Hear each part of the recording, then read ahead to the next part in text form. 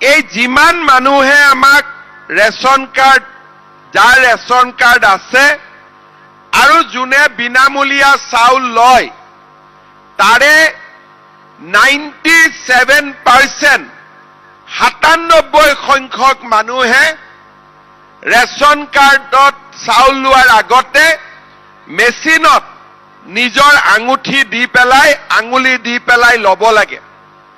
তাৰ ফলত প্ৰায় ৬২ লাখ হিতাধিকাৰী আমাৰ এনেকুৱা ওলাল যোনে ৰেচন কাৰ্ডত আঙুলি দিব নাহে। তাৰ ভিতৰত কিছু লোক মৃত্যু হৈছিলে, কিছু লোক অসমৰ বাহিৰলৈ কাম কৰিবলৈ গৈছিলে।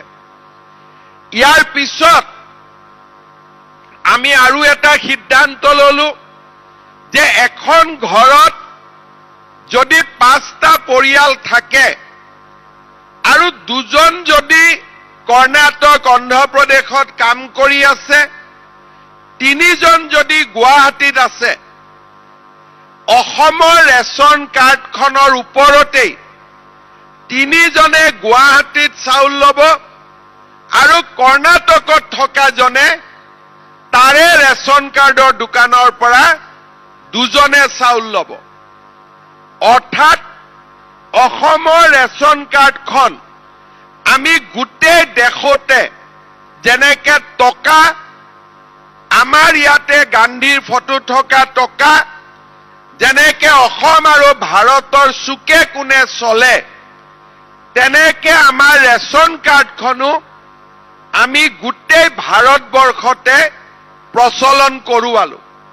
এতিয়া যদি আজি ইয়াত উপস্থিত থকা কোনোবা এটা পৰিয়ালে কালি যদি কলিকতা দিল্লীলৈকে যায় কিন্তু তেওঁ অসমৰ ভোটাৰ, চাকৰি সূত্ৰে কৰ্মসূত্ৰে পৰিয়ালৰ ডাঙৰ ল'ৰাজন সৰু ল'ৰাজন যদি অন্ধ্ৰপ্ৰদেশত যায়, অসমত থকা পৰিয়ালটো আৰু অন্ধ্ৰপ্ৰদেশত থকা পৰিয়ালৰ 2জন সদস্যই নিজৰ ৰেচনটো ভগাই ল'ব পাৰিব।